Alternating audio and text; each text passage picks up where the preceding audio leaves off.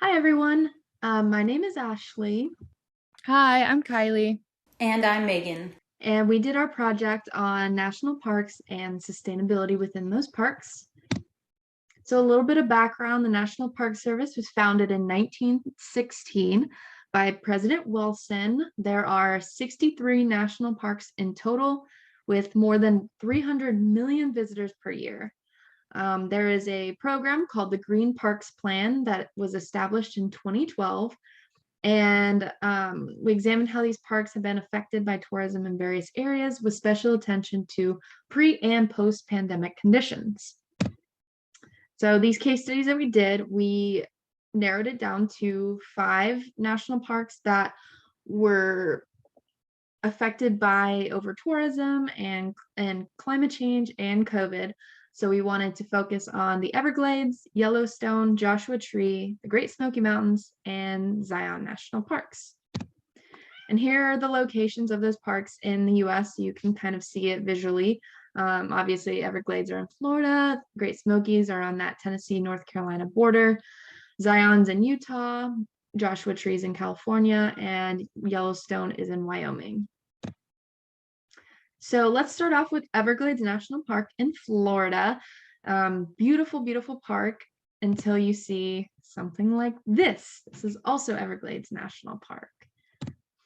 There are quite a few sustainability issues in the Everglades. We have road construction, habitat shifting, a lot of invasive species. Florida is very warm, making it a great place for invasive species to take over. There's also water mismanagement issues, and airboat tours are actually destroying the environment around them. Next, we have the Great Smoky Mountains National Park. Very beautiful, love the mountains. But we also have issues like this. And some sustainability issues in the Great Smoky Mountains. We have water pollution, which is really important because there's a lot of salamanders and other species that are reliant on good water quality. A lot of these species are endemic or endangered to this area. And with the Great Smoky Mountains being a biodiversity hotspot, it's really important we cover water and air quality issues. We also have over tourism and trail destruction caused by this over tourism. And fun fact, the Great Smoky Mountains are the most visited national park of all time, with 500 million visitors since it opened. So our next park is Yellowstone National Park. Yellowstone was actually established back in 1872, and it was the first national park. This park averages between 3 and 4 million visitors annually. So unfortunately, photos like these are not uncommon. Obviously, a lot of visitors mean a lot of trash.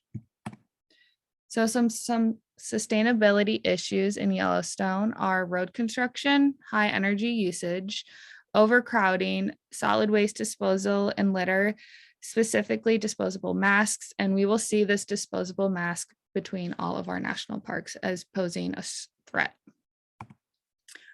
The next park is Zion National Park, and Zion is located in Utah, and it was actually Utah's first national park. It can be super pretty like this, which is obviously why a lot of people are visiting it. Just this year alone, not including November and December, it has already had over 5 million visitors. Zion is, I would say, like one of the newer parks that a bunch of people are going to, one of the newer popular parks. Again, because of its popularity, here's another photo showing all of the trash. Some sustainability issues in Zion are increased visitors mean an increase in trash and increase in CO2 emissions from cars. Zion is actually one of the 25 most endangered parks due to climate change. So the climate change will mean a loss of ice, snow, and flooding, but the climate change will also mean intolerable heat. So last but not least, we'll be talking about Joshua Tree National Park. It is located in the desert of Southern California and officially became a national park back in 1994. And this picture shows Joshua Tree National Park. And this is also Joshua Tree National Park. This park is named after their Joshua trees, which is endemic to the Mojave Desert ecosystem and can be found throughout the whole park. Researchers state that with the increase in visitors this park is receiving annually and mixed with climate change, this tree could potentially go extinct in the respective future. We have focused a lot on the before and after pandemic effects on parks around the country. However, we wanted to include a brief overview of a severe problem Joshua Tree National Park faced before the pandemic even began. In 2019, the government shut down for a few weeks, and this park was also forced to close as a result. However, visitors still frequent in this park even when it was completely closed, and caused so much damage that park workers returned to a state of chaos, including damaged trees, graffiti, ruined trails. And it was stated that what happened in the park in just those 30 days is irreparable for the next 200 to 300 years. Beyond this already devastating event and the years since, this park has seen extensive damage from tourists off-roading in their vehicles and trekkers exploring on unauthorized trails. The worst of the two has resulted in significant damage from unauthorized off-road vehicles, which could also last decades. The park is used to seeing 1.5 million visitors annually, since on average, that was what they received in the last 25 years. But in the past 7 years alone, the visitation has skyrocketed to an average of 3 million people per year.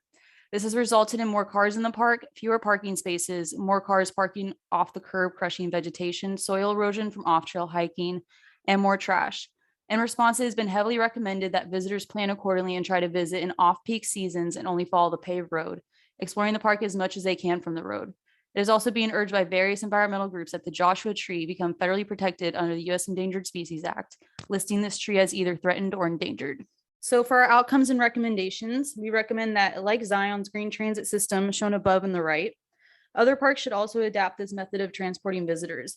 If other national parks adopted this practice, the amount of carbon emissions, wildlife road deaths, floor crushing could be reduced. Another consequence of this increased visitation of the parks is the amount of litter, specifically disposable mass. Parks with this issue can discourage the use of disposable mass, install more trash bins, and advertise more awareness through photos and statistics about animal deaths. Another recommendation would be to limit the amount of visitors a day, like some national parks are already doing, with advanced ticket sales to keep overcrowding and over-tourism at bay. Additionally, the concern of most sustainability policies are not in the jurisdiction of the national parks. They are confined by state and national policies. These parks are limited to whatever policies are currently in place. Water mismanagement, fire prevention, air quality issues, and recycling management could all be improved through local and national policies. These are some of the questions we asked park rangers. And in every response, the high number of tourists was mentioned as an environmental hazard for the wildlife in parks.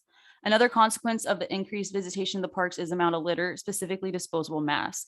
An employee working at Zion National Park is quoted in their interview saying, "A huge problem with COVID-19 and the increased tourism is the amount of discarded mask. Every time the Park Service finds a dead animal, they do an autopsy, and they would find the disposable mass in their stomachs." So to sum it all up, tourism does cause sustainable problems in our national parks. Climate change can also affect these parks. With this collected and analyzed data, it is apparent that even though our national parks have sustainable initiatives and various protections in place, depending on the specific park needs, there are still measures that need to be made in order to effectively preserve these vital ecosystems and protect these lands for over-tourism of the park. When we visit these parks, it is our job to help protect the park, be aware of our surroundings, pack our trash, and so to say, leave it better than we found it.